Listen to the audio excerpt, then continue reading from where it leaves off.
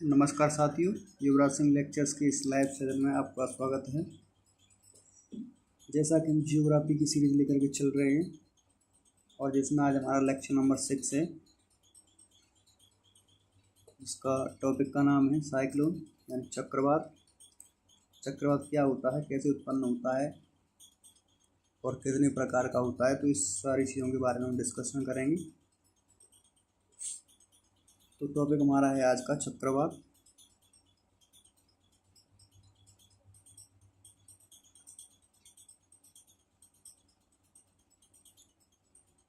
Cyclone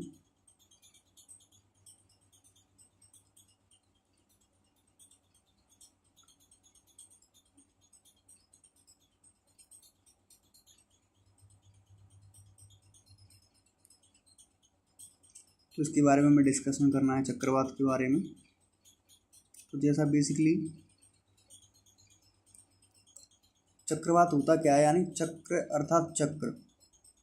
चक्र का मतलब क्या होता है, चक्र इस तरह से, और वात यानी वायु का चक्र। किसका चक्र? वायु। और चक्र का मतलब चक्र यानी वायु का चक्र, इसका अर्थ होता है चक्रवात का। तो कैसे उत्पन्न होता है? जब सभी दिशाओं से जो वायु है एक केंद्र की ओर आकर के मिल जाती है। जैसे सभी दिशाओं से वायु आती है, इस जगह पर आकर के ये मिल जाती है, तो इस जगह पर क्या होता है, इस जगह पर चक्रवात उत्पन्न हो जाता है। इस जगह पर यानी केंद्र की ओर जो है वायुदाब निम्न और बाहर की ओर उच्च वायुदाब इसमें उत्पन्न हो जाता है। कैसे? जब टकराएगी ये वायु इस जगह पर, ये सभी इस जगह पर टकराएंगी तो कैसी हो जाएंगी, इस जगह पर वृत्ताकार मार्ग में इस तरह से घूमती हुई चलेंगी। तो ये क्या होता है, चक्रवात हो जाता है, ऐसे उत्पन्न होता है चक्रवात। तो चक्रवात में चलिए पहले से लिख लेते हैं थोड़ा सा इसकी डेफिनेशन के बारे में।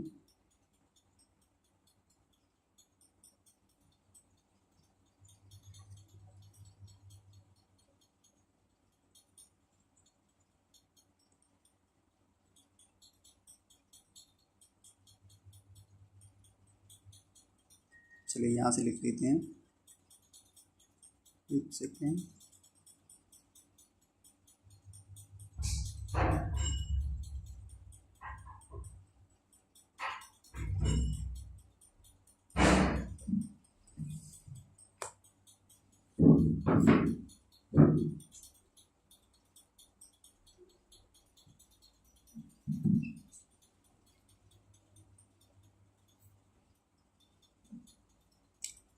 यानी चक्रवात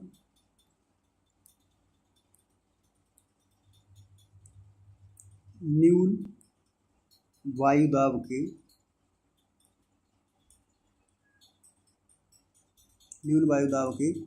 ऐसे केंद्र होते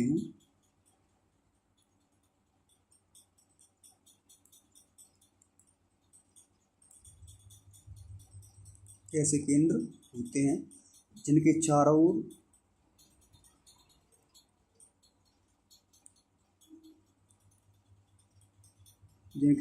ओर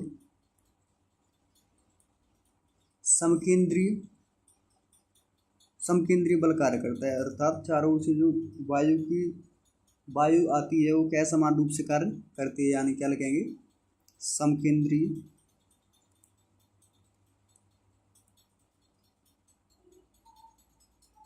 समरेखाएं। ये समरेखाएं क्या होती है, वायु की रेखाएं, ठीक है, यानी वायु समरेखाएं पाई जाती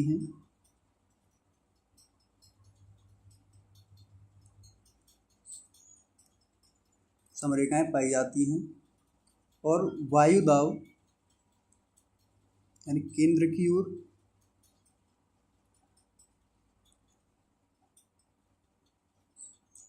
ओर वायुदाब बढ़ते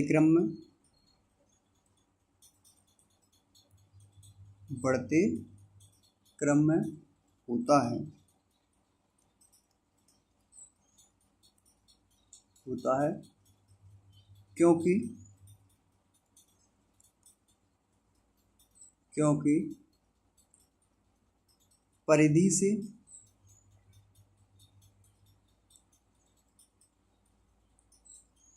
पवनें प्रवाहित होती हैं।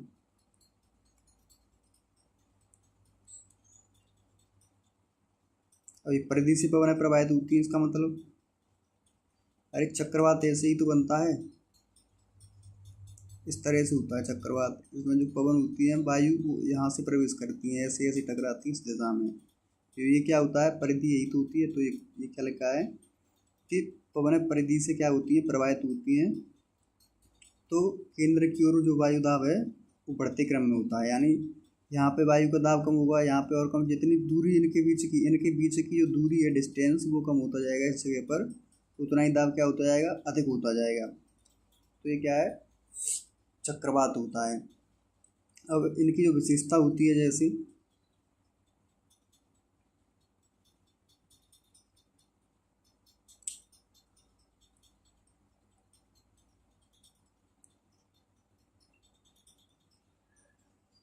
ये पृथ्वी 0 डिग्री, ये क्या है, विषुवत रेखा है, विषुवत रेखा है। तो ये क्या है हमारा उत्तरी गोलार्ध,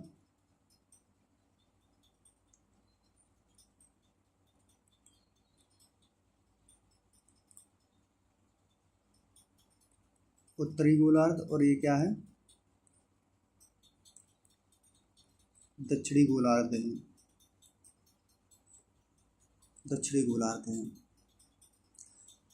तब इसमें उत्तरी गोलार्ध में जो है चक्रवात जो उत्पन्न होता है, यानी घड़ी की सुइयों के विपरीत कहते हैं इसे। क्या कहते हैं, घड़ी की सुइयों के विपरीत इसमें उत्पन्न होता है, यानी दाईं ओर से बाईं ओर, यानी इस तरह से, इस तरह से उत्पन्न होता है। यानी घड़ी की दिशा के विपरीत, घड़ी की दिशा के विपरीत क्या होती है इसमें, साइक्लोन की गति। और दक्षिणी गोलार्ध की बात की जाए तो इसमें घड़ी की सुइयों के समांतर, यानी क्लॉकवाइज चलता है। इसमें इस तरह से क्या है, घड़ी की सुइयों के समान, इसे क्या कहते हैं, क्लॉकवाइज, क्लॉकवाइज। और ये क्या होता है, एंटी क्लॉकवाइज।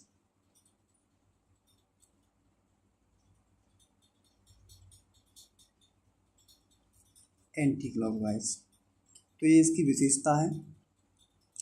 और जो चक्रवात होते हैं,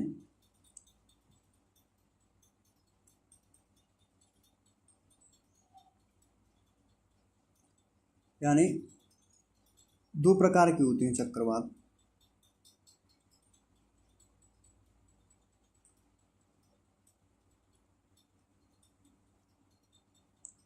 नंबर फर्स्ट होता है उष्ण चक्रवात,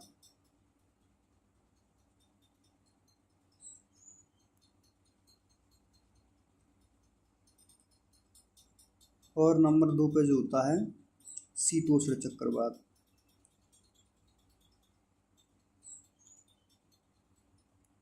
शीतोष्ण चक्रवात,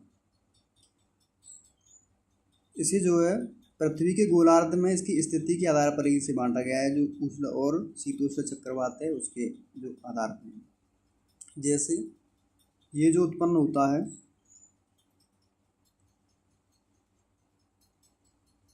उष्ण चक्रवात जो उत्पन्न होता है वह होता है 5 डिग्री से लेकर के 30 डिग्री अक्षांशों के बीच। कितना, 5 डिग्री से लेकर के 30 डिग्री अक्षांशों पर।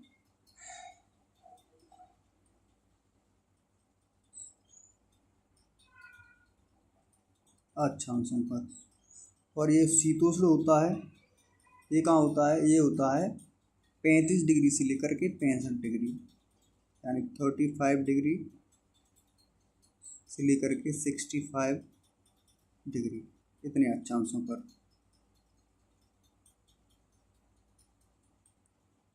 इतने अक्षांशों पर उत्पन्न होता है। अर्थात ये 0 डिग्री है और ये क्या है ऊपर, यहाँ पे 0 डिग्री से ऊपर यानी 5 डिग्री से लेकर के 5 डिग्री से लेकर के इस जगह पर मान सकते हैं 30 डिग्री उत्तरी गोलार्ध, और इतना ही 5 डिग्री से लेकर के 30 डिग्री। तो इन क्षेत्रों में जो क्या है,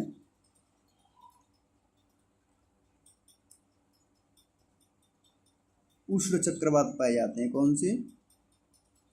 उष्ण चक्रवात। अर्थात यहाँ पे क्या होता है, तापमान अधिक होता है। इस क्षेत्र में क्या होता है, यहाँ की अपेक्षा यानी ध्रुवों की अपेक्षा यहाँ पे क्या होता है, तापमान अधिक होता है। इस वजह से यहाँ पे क्या है, उष्ण यानी गर्म। कैसे?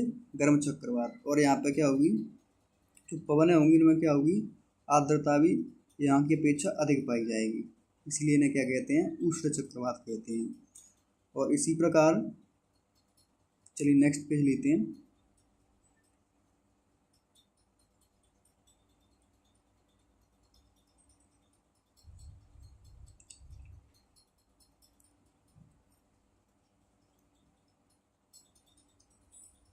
Zero degree.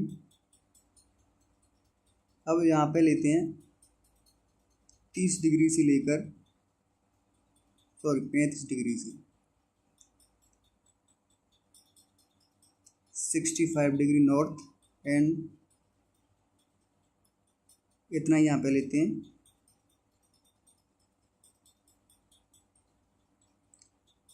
कितना? 35 to 65 यानी 35 डिग्री से लेकर के 30 डिग्री अक्षांशों पर। तो यहाँ पे क्या होता है, यहाँ की अपेक्षा यहाँ पे तापमान क्या है, कम होता जाता है। जैसे जैसे हम ध्रुवों की ओर बढ़ते जाते हैं तो तापमान क्या होता है, टेम्परेचर कम होता जाता है। कब? जब ऊपर बढ़ते जाते हैं ध्रुवों की ओर, तब। तो यहाँ पे क्या होगा, वायु में आर्द्रता की कमी होती है, शुष्क यानी सूखी, पानी की मात्रा कम, ऐसी वायु पाई जाती है यहाँ पे। तो इसलिए इन्हें क्या कहते हैं, तो इन क्षेत्रों में उत्पन्न होने वाले जो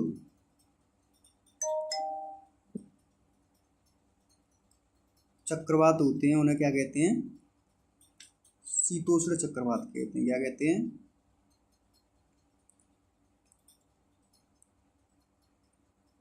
शीतोष्ण चक्रवात। तो ये चक्रवात हैं। अब इनका अंतर देख लेते हैं चक्रवातों का, कि शीतोष्ण चक्रवात और उष्ण चक्रवात में जो अंतर होता है वह क्या होता है।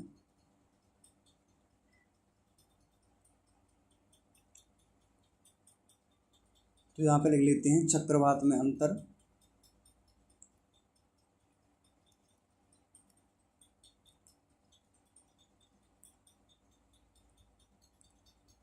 कौन कौन सा चक्रवात है?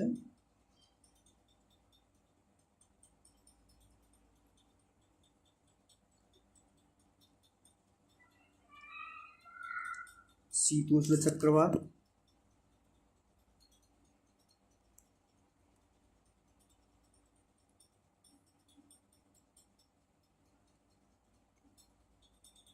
और ये उष्ण चक्रवात।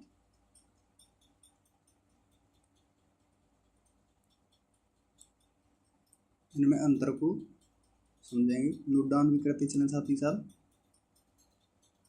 तो इसकी बात की जाए तो ये स्थल एवं सागर दोनों जगह उत्पन्न होते हैं। जो शीतोष्ण वाले होते हैं वो स्थल मंडल यानी भूमि पर, और सागर में या समुद्र में दोनों जगह उत्पन्न होते हैं। वहीं ये इसके विपरीत हैं, ये केवल जल में उत्पन्न होते हैं। ये कहाँ होते हैं? केवल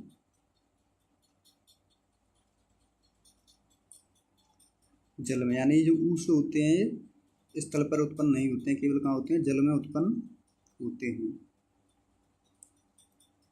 ये पहला अंतर है दोनों में। अब आकार की बात की जाए तो इनका आकार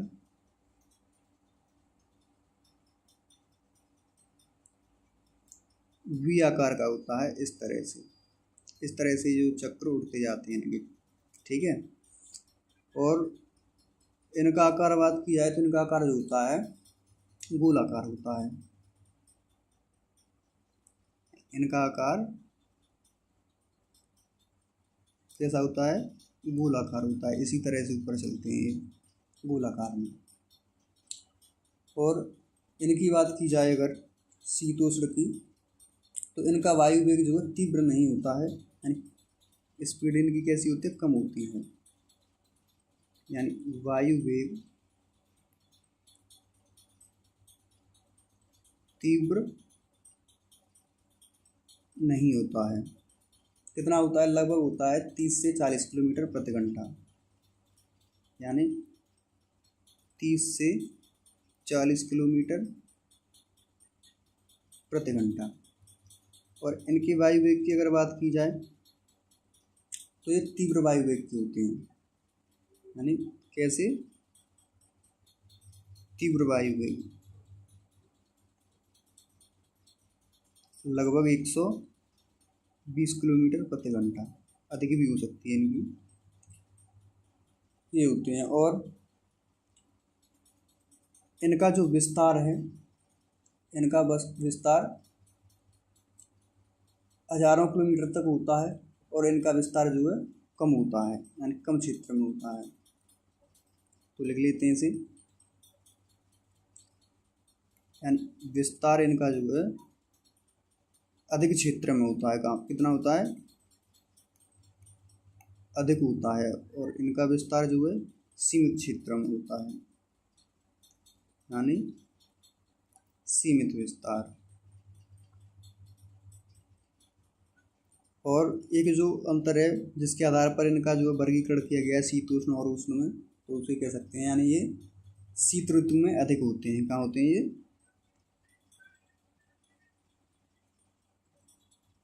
शीत ऋतु में अधिक होते हैं। और ये जो होते हैं ये ग्रीष्म ऋतु में अधिक होते हैं।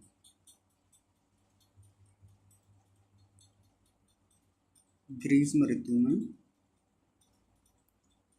अधिक होते हैं, जिसके कारण क्या होता है? इससे वर्षा भी अधिक होती है, वर्षा अधिक होती है। तो ये तो उन्होंने क्या पढ़ा? चक्रवात के बारे में जाना, और उसके जो नामकरण है दो प्रकार, उन्हें दो आधारों पर रखा गया है, उनके बीच में अंतर को समझा है, शीतोष्ण चक्रवात और उष्ण चक्रवात के। अब जो है इसके नामकरण के बारे में थोड़ा जान लेते हैं, इसका नामकरण कैसे किया गया। चलिए नेक्स्ट पेज पे।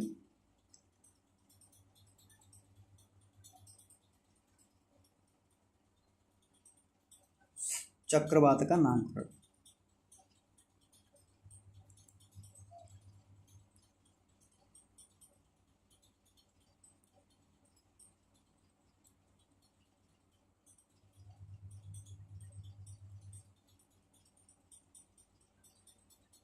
चक्रवात का नामकरण, तो इसके लिए मुख्य रूप से एक संधि हुई थी, यानी अटलांटिक संधि कहते हैं जिसे, 1953 में।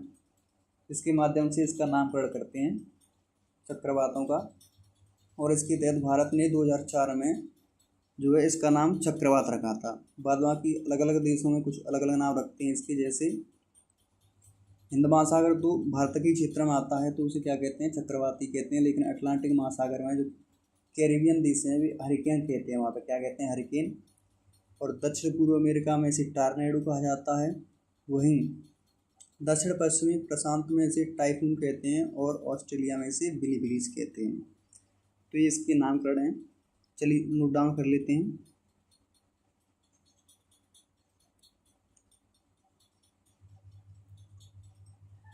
अटलांटिक संधि,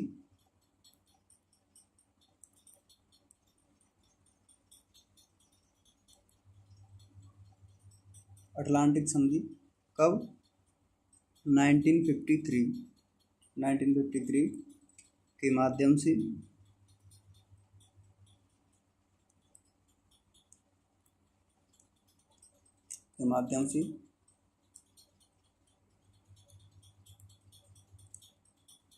चक्रवातों का नामकरण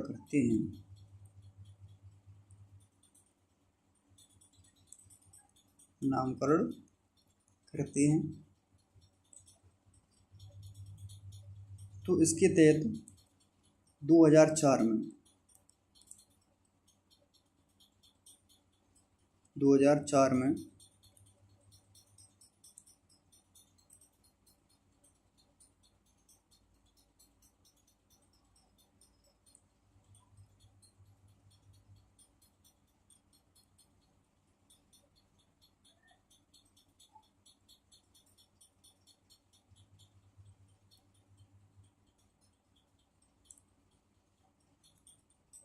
भारत ने जो है इसका नाम क्या रखा? चक्रवातीय तूफान। क्या कहा? चक्रवाती तूफान। तो इसे चक्रवात केवल भारत में कहते हैं, अन्य देशों में इसके अलग अलग नाम हैं। जैसे मैं बता दूं कि कुछ अन्य देशों ने जो सुझाव दिए थे, यानी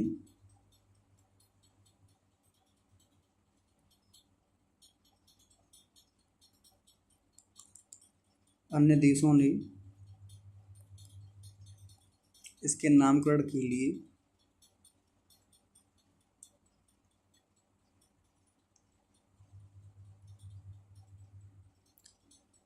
जो पहला अक्षर होता है वो देश के नाम से ही रखा है, देश के नाम से ही लिया। और चक्रवातों के अन्य जगह पर जो नाम हैं उन्हें भी लिख लेते हैं।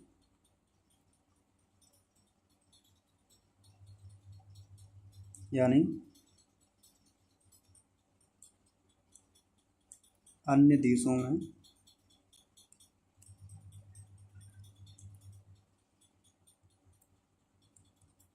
चक्रवात के नाम।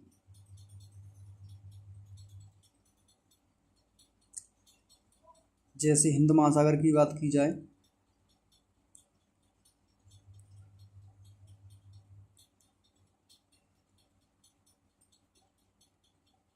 तो हिंद महासागर तो जो है मैंने अभी बताया था कि ये भारत के ही क्षेत्र में आता है। इसका नामकरण जो भारत के ही नाम पर हुआ है, हिंदुस्तान के नाम पर। तो इसके अंदर जो आने वाले चक्रवात हैं, तूफान हैं, उनको क्या कहते हैं? चक्रवात ही कहते हैं। उनको क्या कहते हैं? चक्रवात कहते हैं। जो कि हमारा आज का टॉपिक भी है इसी के आधार पर, चक्रवात ही कहते हैं। वहीं अटलांटिक महासागर में अगर बात की जाए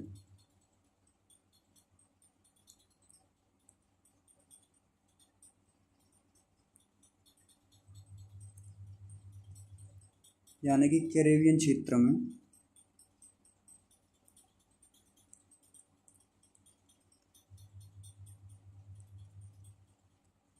तो वहाँ पे इसे हरिकेन कहा जाता है। क्या कहा जाता है?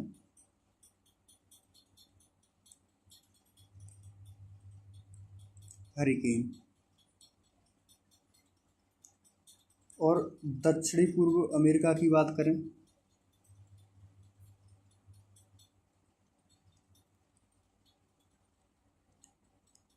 दक्षिणी पूर्व अमेरिका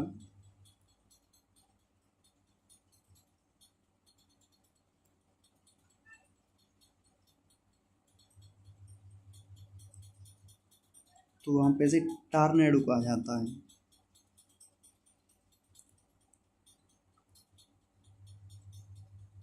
टॉर्नेडो।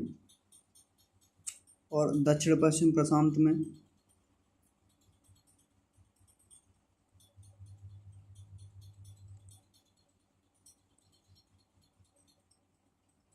दक्षिण पश्चिम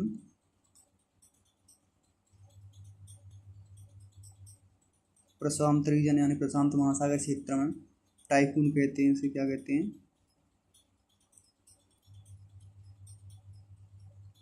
टाइफून कहा जाता है।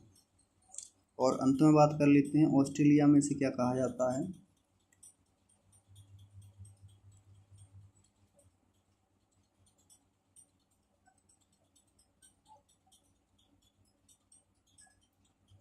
ऑस्ट्रेलिया व मेडागास्कर।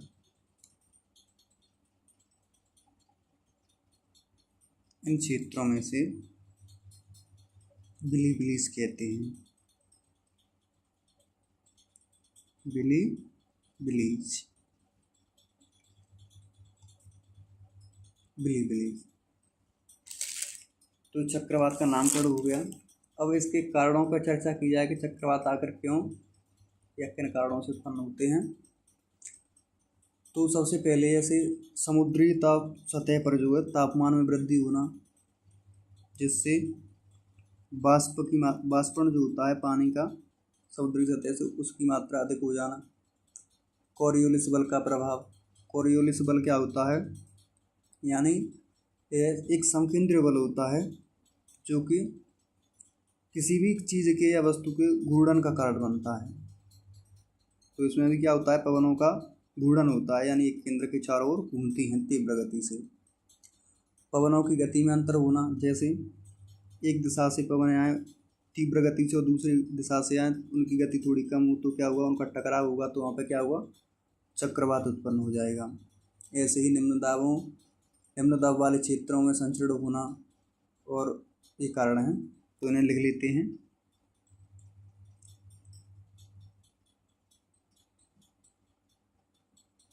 चक्रवात के कारण।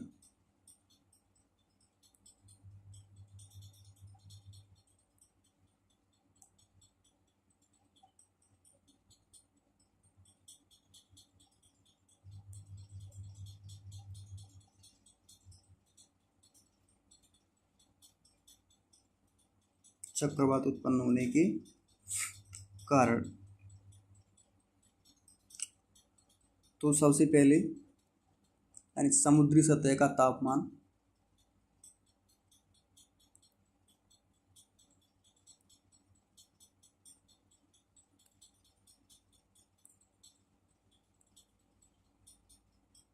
समुद्री सतह का तापमान जो है 27 डिग्री सेल्सियस से अधिक हो जाना।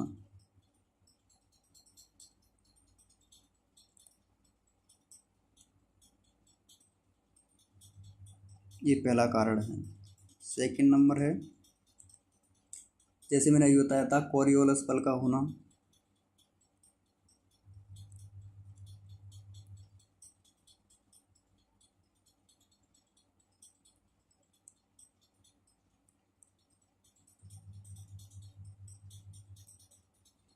और नेक्स्ट पॉइंट है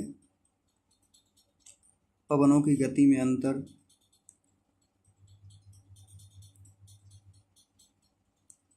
पवनों की गति में अंतर और निम्न दाब क्षेत्रों में संचरण होना।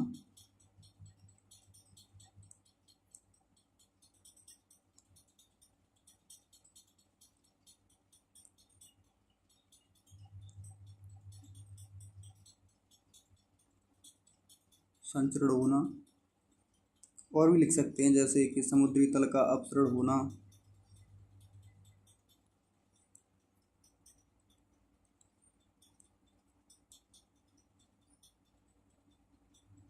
अपसरण होना। तो ये कुछ कारण हैं जिनकी वजह से क्या है, चक्रवात उत्पन्न होते हैं। तो चक्रवात जो उत्पन्न होते हैं, जैसे समुद्री सतह पे टेम्परेचर का अधिक हो जाना, कोरियोलिस बल यानी अपकेंद्रीय बल, जैसे चारों ओर से आने वाली वायु हैं उनका केंद्र पे आकर टकराना, ये कुछ चीज़ें हैं। तो अब यहाँ से आगे देख लेते हैं कि वायुदाब एवं पवन हैं ये क्या हैं और इनके कारक क्या हैं, और इसी के साथ अपने टॉपिक को जो है हम समाप्त करेंगे।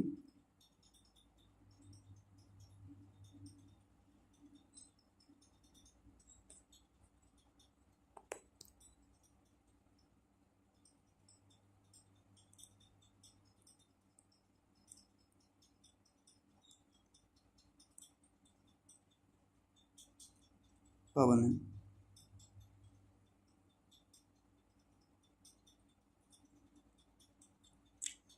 वायुदाब एवं पवन है मौसम के अदृश्य तत्व हैं जिन्हें कि हम देख नहीं सकते हैं, केवल महसूस कर सकते हैं, और जो अन्य तत्वों को विभिन्न प्रकार से प्रभावित करते हैं, जैसे तापमान के माध्यम से, वर्षा, जलवाष्प, समुद्री तल एवं ऊंचाई, गुरुत्वाकर्षण आदि चीजें। तो चलिए इसे लिख लेते हैं। वायुदाब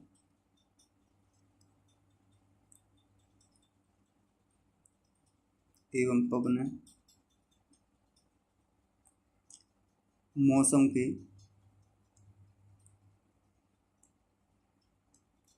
अदृश्य तत्व हैं, यानी जिन्हें हम देख नहीं सकते हैं, केवल महसूस कर सकते हैं, जो अन्य तत्वों को प्रभावित करते हैं, जो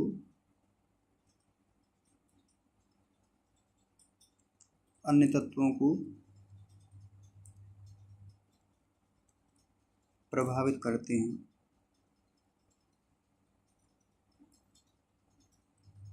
इनके कारकों की अगर बात की जाए,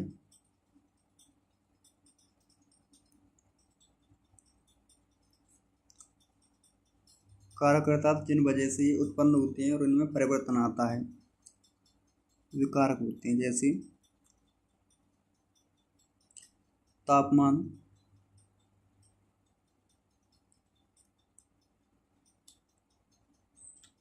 वर्षा। ये कारक क्या है कि ये वायुदाब और पवन इन चीज़ों से क्या होते हैं, प्रभावित होते हैं, यानी इनकी वजह से ये होते हैं और इनकी वजह से ये चक्र होता है इनका आपस में। और जलवाष्प,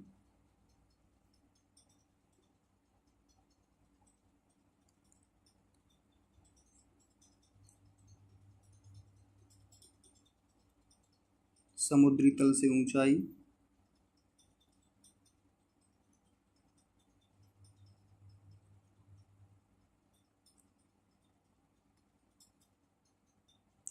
गुरुत्वाकर्षण,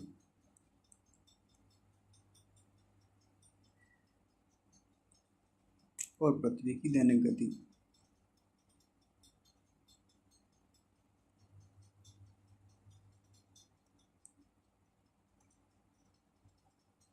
पृथ्वी की दैनिक गति। तो ये थी हमारी आज की क्लास। आशा करते हैं आपको पसंद आई होगी और चीज़ें समझ में भी आई होंगी। तो आशा करते हैं कि अगर आपने पहली वाली जो वीडियो है, इससे लेक्चर नंबर 1 to 5 हैं, वो नहीं देखें तो उन्हें देखें, ताकि आप हमारे इस जियोग्राफी की सीरीज़ का हिस्सा बनें और कुछ लाभ उठाएं। क्योंकि जो हम कंटेंट दे रहे हैं वो वैसे तो यूपीएससी और पीसीएस के लिए ज़्यादा महत्वपूर्ण है, लेकिन अगर आप इसके अलावा कोई और भी एग्ज़ाम देते हैं तो गारंटी से इसमें से आपके प्रश्न जो है आने की चांस हैं, क्योंकि हम कुछ चीज़ छोड़ नहीं रहे हैं। जो टॉपिक कर रहे हैं उसे जीरो से लेकर के हाई लेवल तक लेकर के चल रहे हैं। तो आगे मिलते हैं नेक्स्ट वीडियो में या लाइव सेशन में। तब तक के लिए नमस्कार, जय हिंद।